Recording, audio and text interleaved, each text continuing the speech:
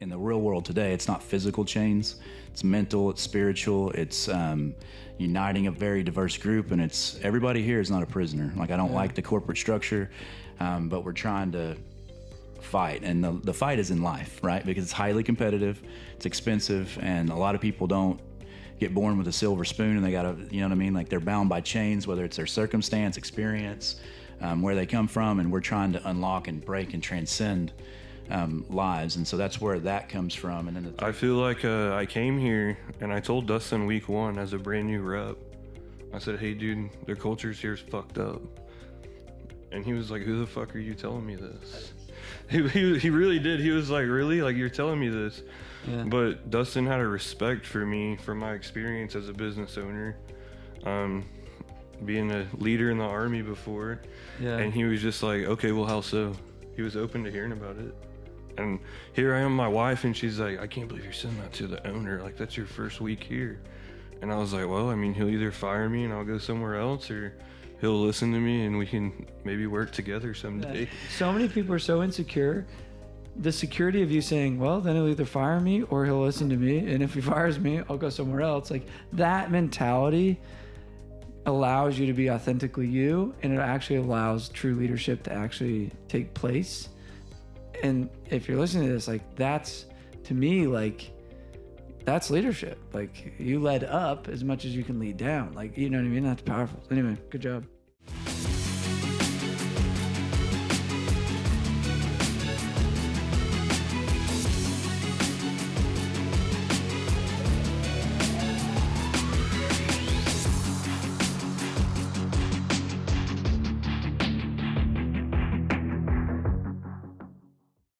What's up, everybody? This is Sam Taggart here in Dallas, Texas, with a couple losers. No, I'm just kidding. It's right. Late night. No, we're late night. What is it? 9 o'clock. We just got done with 4 days of events, and we're like, why not freaking do a podcast? And I'm with Dustin Cates, Chase Miller, Three Kings Roofing. And they got to pay to be on this. So. Yeah, they're just slaying it right now. And it was fun. So I guess, you know, Dustin's in our mastermind. Consulted with, when was the first time I ever came out here? I've just been right after your conference, so January, February. Yeah, so we just worked together for the last 6 or so months and got to know each other. So I'm excited to kind of dive into this roofing leadership, ownership, whatever we dive into. So tell me, like, how'd you get into roofing, and where are you at now? Like, first getting into it is probably like anybody. You know, I was in between jobs, had a 401k somewhere, had some money in my bank account looking for another one.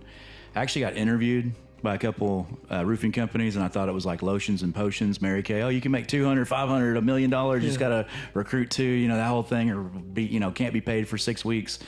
I didn't know exactly what it was about, so I walked out, and then a kid came into Firehouse Subs, of all places. I still remember it. I just saw a big truck, and I saw a tape measure, and it was a younger dude, kind of looking, not like a sharp looking kid, just kind of like a country kid. And I'm like, if that truck says roofing on the side of it, like, I'm gonna figure this out, and I'm gonna really put some energy into it. So sure enough, it was a roofing truck, and I was like, no, man, maybe that money's real, and I got to go, you know, talk about it and see what's happening. So I actually hit up my 2 brothers that are twins, and I talked about, hey, what do you think about a roofing business? So like, oh yeah, our town just got hit. It was a little bitty town in Graham. Our whole town's getting roofs. I'm like, what the hell? I don't even know about. I never knew the first thing about roofing. Yeah. And so it wasn't about that, but that's the start of the idea. Is how that came about. Okay. And then how long have you been running Three Kings? 2010. So 2010. So a minute. And what volume more or less will you do this year? I mean, I'm not happy with it, but somewhere in the 20, 30 million is where we're going to probably wind up, unless we just catapult really, really quickly going into the end of the year. But yeah, somewhere in that ballpark is where we should fall. So good size for the roofing space, to put things into perspective. Well, let's just talk about like the last 2-3 days. I mean, you were in our business boot camp, you were in our deep dive with our mastermind event. You've led, you know, you're leading a big organization. What are some of the key leadership principles that maybe you took away or have found just through life? The emotional ones or the business ones? Because Sam made me cry. I got to tell you that. You did make me cry this morning. Yes! That was my goal. But people basically cry, sweat, pee their pants and laugh. And we almost burnt the house down on the anger mode that you Yes. put on. So, but yeah, well, anyway, you got to go to one to figure out what that's about. But business wise, you know, there's things that we're implementing in the last like month and a half, 2 months. We haven't been recruiting. We've actually been subtracting, trying to get our culture right and get the track as you laid out that I can't roll Hot Wheels. Obviously, if you remember, I rolled one to the side of the wall, flipped one The over. next guy goes, Yeah. But building the track to where when people come online with us, they're ready and off and running to where we cut the luck out of it and the error. As far as, you know, having a bunch of people come on that are just going to flop or fail, and then we get lucky because somebody, you know, had the aptitude to stay. And it's really not about our skill or our plan or anything. It's just luck. And so taking that out of it, the conversation piece that we had at the inner circle, just how to have those conversations and dealing with some of the people that I had on our team. That's not our Three Kings team, but in the group that was there, getting their different perspectives, you know, kind of lights you up a little bit. And then definitely the skills is the face reading. That's a unique skill that I told him about yesterday that I think we can definitely implement just in how we read people before we meet them or quickly and not prejudge, but a little bit maybe. But yeah, it's a lot. Heads kind of exploding. Like yours probably is at this point, doing 4 days of straight training. I've done 4 days of straight learning and had these guys that have, you know, most of it. But yeah, that was some of my takeaways. Do you have any takeaway from his? I mean, you care about his opinion, like what he got? Yeah, man. Like I told you before, I come from a, I guess, experienced background in operations. You know, I was telling him like 22 years old, leading, you know, 200 or 300 soldiers. Some of them are double my age, but I love challenging my mind in an operational mindset, and I feel like the structure and the onboarding classes you guys did, that it really picked my brain. And I told Dustin, like, afterwards, I was like, dude, I'm not gonna sleep for 2 days because like my brain is running right now of new ideas to implement and mesh with what we already have. And I'm not gonna lie, I told Dustin, I was like, I think I find myself a pretty, you know, smart dude, and I was like, I didn't think that would challenge my brain in the sense of new ideas. Like I'm one of those guys that was stuck, that was like, I think I already know it all when it comes to operations. I can implement it any way I can. And then I went there and I was like, oh shit, I didn't even think about that. Like, that's dope. That's dope. Yeah, and that was the thing too. You know, we talked about, you know, ego and a lot of things, you know, happening and failing on ego, or when you stop learning.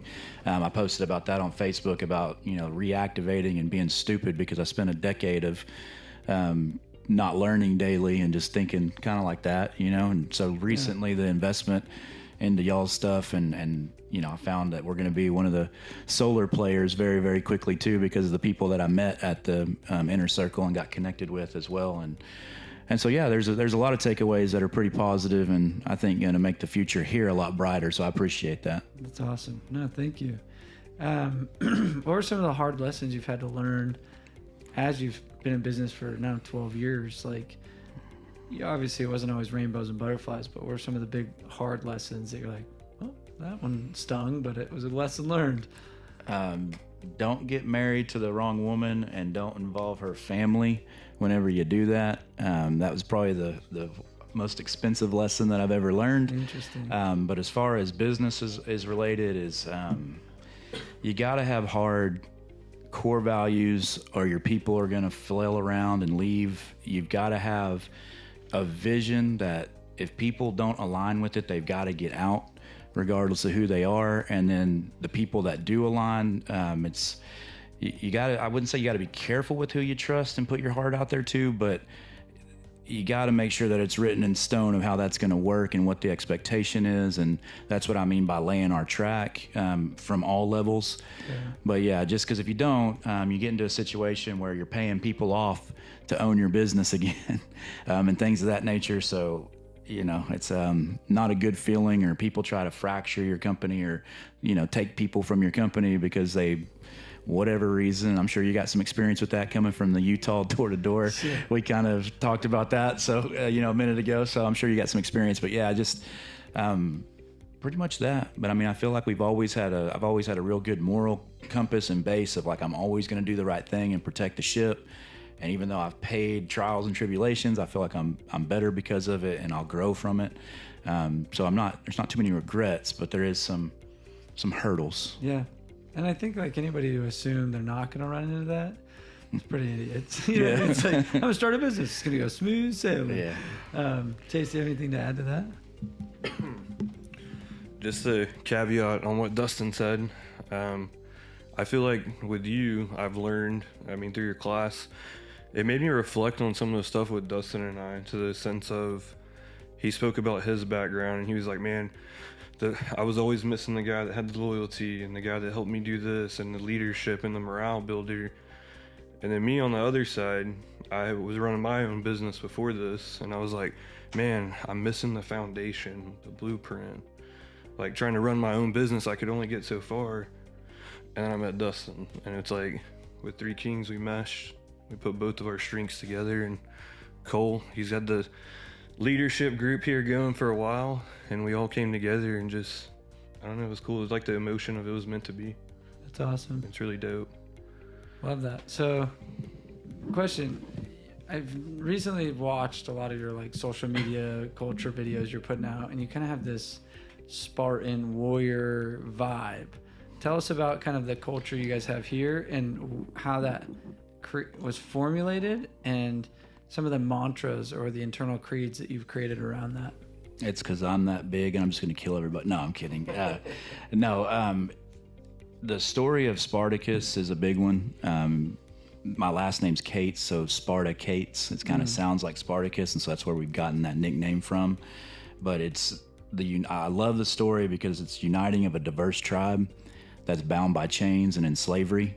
And so I feel like in the real world today, it's not physical chains, it's mental, it's spiritual, it's uniting a very diverse group, and it's everybody here is not a prisoner. Like, I don't like the corporate structure, but we're trying to fight, and the fight is in life, right? Because it's highly competitive, it's expensive, and a lot of people don't get born with a silver spoon, and they gotta, you know what I mean? Like, they're bound by chains, whether it's their circumstance, experience, where they come from, and we're trying to unlock and break and transcend lives. And so that's where that comes from. And then the 300, the Spartans, is just some of our internal creeds. So like our core values, like at your thing, we wrote them down. Actually, you know, we knew what they were, but we wrote them down, and I just realized that if we rearranged them, it spelled sword. Really? Yeah. So the servant, leadership, warrior mentality, ownership, respect, and discipline is the core values. And then they've got internal creeds about shoulder to shoulder, which is basically you fight next to your brother, you protect your brother, and you know, buddy system while we're out there selling. You don't leave people behind, so you don't, you know, hire people and then they don't get any kind of help. You're riding in the trucks, you're taking them out. The no surrender, no retreat is just owning it. Own your life, own your problems, get your wins, and you're not going to back down from a challenge. Is pretty much that one. And then we eat what we kill. Is the whole sales thing, and that's all from the 300 to where I'm kind of, you know, the videos that we've made, getting people amped up. That's where it comes from. And then I don't know if you saw the Three Kings, what is your profession? It says we roof. So it sounds like so it's like a roof or whatever when they, you know, then 300. So, you know, a little bit of play on that, and I know those are movies, but those are like real stories that have happened throughout the, you know, passing of time, and they've lasted a long time because they were very, very important ones that, you know, set the democracies that we have today up, and things of that nature. You told me about the agoge, the training, so we're calling our training that now. Yeah, I was like, dude, steal that for sure. Yeah, so it's just aligned. I'll send you my logo. I have a company logo that's I created a company called Agoge, and you can just steal the logo. I don't really use it that much. It's sick. Yeah, awesome. I appreciate it. But yeah, it just aligned. And sometimes I told you, I think in the text and stuff, like I feel like that's always been what's happening. It's God's plan. You know, how did I get started in roofing? Because I was crying in a mirror and lying to myself, and I just said, there's a lot of men, powerful men that could change the world and do nothing. And I said, if you ever give me the power to do anything, I said, I'll promise I won't let you down. And so that's where all of this comes from, and he's always guided. And then I just feel like it's just timing. And, you know, today's talking about the spiritual, the critic, the is. That's why I said I feel like I'm spiritually connected. I live up there for the most part. But yeah, so that's, you know, to answer your questions in a long version and form. But I love that. I love that. Thank you for that share. Chase, how have you seen the culture? I mean, you you basically started your own roofing. You were in roofing before that somewhere else. And then obviously to have the ego or the humility, you know what I mean? Like that's where everybody struggles. It's like, I'm my own owner. Like once I go to owner, there's no going back. Like it's like, so it's For like, sure. you went out, you did that thing, and you were like, I owned a transportation business. My wife and I hauled cars for like all the Park Place dealerships and DFW and stuff. So it wasn't even roofing before that. So you were running a business, you had a thing. What drew you to this culture, and what have you noticed as you guys build this like warrior kind of mentality? How does that disseminate into you, your sales guys, etc.? Yeah, for sure, man. You can be honest about this one if you want to. You want me to? You can be honest. All right. Well, I feel like I came here and I told Dustin week 1 as a brand new rep. I said, hey, dude, the culture's here's fucked up. And he was like, who the fuck are you telling me this? He really did. He was like, really? Like, you're telling me this? Yeah. But Dustin had a respect for me from my experience as a business owner, being a leader in the Army before. Yeah. And he was just like, okay, well, how so? He was open to hearing about it. And here I am, my wife, and she's like, I can't believe you're sending that to the owner. Like, that's your first week here. And I was like, well, I mean, he'll either fire me and I'll go somewhere else, or he'll listen to me and we can maybe work together someday. And I told him, and he was like, okay, well, are you telling me that my company's fault? Or what did you say? Are you telling me that all the bad things my company does? I said, absolutely not. I think that you have the foundation and the blueprint, and like, you know, roofing better than probably most people that I know.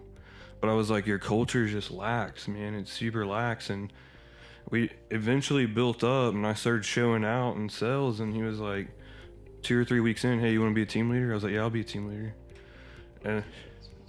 And 2 weeks into roofing, not knowing nothing before. And I built like one of the biggest teams here that I think in like 4 months was well over $1 million. And I mean, it was wild. It was wild. And like, I was shocked too, because I know how to be a leader from the military. I know how to stay organized, but I don't know anything about roofing. And he was like, Dustin tells me this all the time. He says, you're not roofing. You're building relationships with homeowners. If you can build trust and relate and talk to them, he's like, that's all you got to do. You don't have to know shit about roofs right now. Yeah. And so we did that. And it's true. True. And with time, he was like, hey man, you know, you come from a military background with a lot of experience. He was like, I'm real big on the Spartan mentality. He was like, let's do it. Like, let's make it the company, everything. Yeah. He was like, and I want you to go. I remember he told me this, and nobody in the company knows this. He told me this. He said, I want you to be loud every day. I want you to go out and show out as the new guy, the newest leader that everyone's doubting. Everyone's like, who is this? Why is he the leader here? Yeah. And he's like, I want you to be loud every single day. Post all your contracts, like everything you're doing. And he said, people will either get on the train or they'll get left behind. I love that. And literally, in like, I would say in the past 2 months, we've flipped the whole culture to where now everybody's so hype about shoulder to shoulder and I don't know, like Spartan mentality. And Dustin literally will put in the chats just randomly at like midnight, what's your profession? Yeah, what do kings eat? And people like everybody in the company, whatever we kill, whatever we want, anything we kill. And just now it's every day. It's like the culture is it's super dope. That's huge. It's wild. Yeah, so I guess, one thing, not to toot my own horn, but one thing I've had is I know people's abilities and I know mine. I know what I'm good at, and I know that I'm not a crack the whip disciplinarian type. I'm very... Nor am I. Yeah, I know, and that's why we probably get along a little bit, is because, you probably need a Viking 2.6 back here, and so you be cracking whips. My, third week here, not being a nobody, there was a dude, I won't say his name, who works in the company, was, getting hostile with him in the company chat, and I was literally like, hey, why don't you shut the fuck up and, take that somewhere else? And everybody was like, oh, my God, that dude's been... I need to say something about this though. This is It's that. It's what Chase just did. Because he did it to you. Your culture's effed up. He did it to this, rep backing at you or balking at you. And he's like, shut the F up. Like you said, everybody needs, if not needs to, know how to find that version of themselves when it comes to leadership. And you're probably his right hand, and because one, you show loyalty like a soldier would be like, I'm going to get your back, defend you. But two, people like Dustin want to have people in their corner that are willing to call them out on their shit. That's probably why he pays me or others is I'm not here to fluff your feathers. Yeah. Like, I'm like, cool, you did 30 million. Good job. Like, what's next? Like, I'm just, you're not going to say you're a fanboy. Like, and I'm going to be like, dude, your onboarding sucks or your this sucks. Like, and I'm going to say it how it is. I mean, I made everybody call each other out today. The last exercise we did was feedback. I'm like, please ream into everybody. I would have loved to have you there. You would have Hey, we'd still be there. Yeah, we'd still be there. But I want to say something that so many people are so insecure. The security of you saying, well, then he'll either fire me or he'll listen to me. And if he fires me, I'll go somewhere else. Like, that mentality allows you to be authentically you, and it actually allows true leadership to actually take place. And if you're listening to this, like, that's, to me, like, that's leadership. Like, you led up as much as you can lead down. Like, you know what I mean? That's powerful. Anyway, good job. You were gonna say something. What do you want me to say? No, nothing. No. What Dustin was going to say was, I'll say it for him. And I said it in our docu-series, if you guys watch. I said what Dustin's the greatest at, and he said it himself. Realizing his weak spots, and he's like, Yes. I want to fill that with the strongest person. And he told, like, there were times the first few weeks I was like, dude, why are you letting, I was like, whoa, what's going on? And he was like, well, I don't want to, like, I said, fuck them, I'll take care of it. And he was just, all right. And people were like, who's this guy? And Dustin eventually one day was like, yeah, this is like my second hand, like, he's a detachment of me. Anything that comes from him is coming from me. And everybody was just like, all right, I'm with it. So like learning curve. One thing that I try to do I try to grant the authority. The problem is you can pick the wrong people to let have the authority, and sometimes it's not that it makes it uncomfortable. I mean, Chase has made some people uncomfortable that they needed to be uncomfortable. Like they were too complacent and comfortable in their results, not getting out of what they want for their why, so they're going to turn negative, and then we bring on new people, and they got a third or half of the people that are doing awesome that are busy. And they get who's not busy is the negative ones, or you know what I mean? And so that's the people that they get in a pool with, and then you're losing people that you shouldn't lose, and then you're just recruiting efforts and everything else go out the window. So, I try to grant that authority, which, him and as well Cole, it's, in the background over here. It's kind of like I've kind of made it like the expansion, kind of like the expansion manager. So he's chasing like new markets. So that's why he's in Oklahoma, moved from Frisco to Oklahoma to do that. He's done pretty well there. Opened up Kansas for us, and he's the one that's got to get that ball rolling. But it's got to be a consistent culture, and that's something that even us as a team are learning, in the sense of like the mom and dad can't happen. You can't have the path of least resistance because, we're trying to coddle somebody that gets a disciplinary act or gets their feelings hurt, What's your team motto? No soft shit. Yeah, that's his team motto. It's been since day one. So, yeah. He's got Tuck Fexus back here because he's in Oklahoma, but we're not talking about that guy right now. But anyway, yeah. So, but what I was getting at is when he came hard on people, people were used to like going, like my ex-partner that was here, like they would do some of that, like I'd have to be the disciplinary. I hated it. I'm not good at it. I'm good at creativity, visionary, sales, marketing. I'm good at that stuff, right? But when it comes to cracking the whip, I had to do that. And then he was coddling, or like the safe place. He was the good cop. Right, the good cop. And then what gets done? Nothing, because then you got entitled kids, or you've got entitled Salesforce, and things of that nature. So when he said something and was hard on people, I backed him, right? Right or wrong, you got to back that, or nothing gets done. And then you talk about it behind closed doors, and then things of that nature of how you can maybe go about it differently if you have to. So we do that. We do that a lot. But yeah, so that's just I feel like that's how you build culture. If it's not, definitely give me some advice. I'll take it. But But yeah, I think it's on the right path with that. Love that. And thank you guys for the shares and just being real. Like, I think a lot of times it's scary to be like, yeah, here's the skeletons in my closet, and this is when I was scared, and this is when I was like realizing I sucked at this. Like, so I just appreciate the rawness with both of you guys. So let's let's shift gears a little bit. Oh, all right. Emotional. We're going to the emotional. No. Yeah, we What's got something you don't talk about? So you have a podcast. What was it? You talked about aliens. Yeah. You've talked about you better. Okay, I'm curious. There's our artwork. You drew the aliens on this whiteboard. And that's a dog. It's not what you think. Okay. It's a dog. I think. Okay. I mean, I don't know. But doggy style or dog, one of the two. Yeah. It's Real question is, you asked me a question on your podcast. You talked about LeBron James or Steph Curry for 4 hours. I'm curious what you guys would say.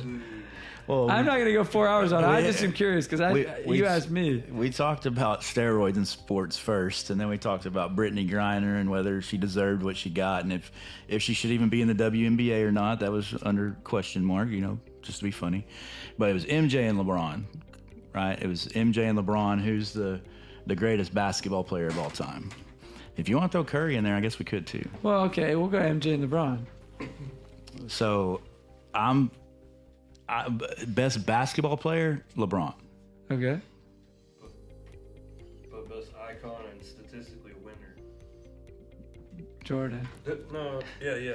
Facts. So- Because we already pulled the stats on this, so we don't need to do it again. What did we call it? Look it up, Chuck. That's what we were saying. Look it up. Look it up, Chuck. Yeah. So one of the questions was, we got down to it, and everybody knows that, Jordan, 6 championships, 6 out of 6 or whatever, never lost. My point was, and I said this, and we'll see what you have to say about it, but when the day that LeBron James got into the league realized that they had to have super teams stacked to beat that man, right?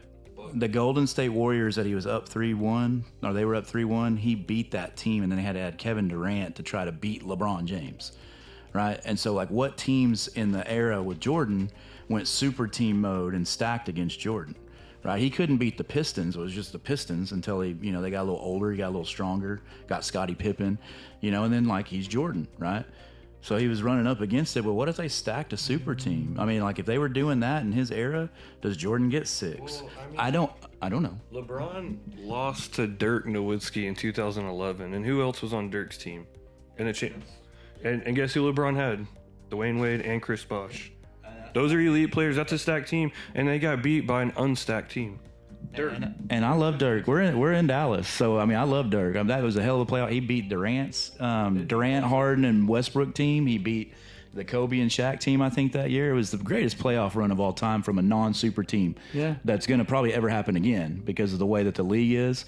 But just that's the thing. And who stacks the league to beat one man? I mean, He's impressive. No, I'm not going to throw rocks. I'm just curious. And, I was curious where this rabbit hole went because you went aliens, and then you went LeBron and Jordan. But Jordan wins also in defense. He was Defensive Player of the Year 2 times. Yeah. LeBron's never won one. And then we we say, okay, era is hard because of era, right? Where we can't really compare. But we were saying, okay, if they're both in their prime and it's draft day and you're watching tape on the two,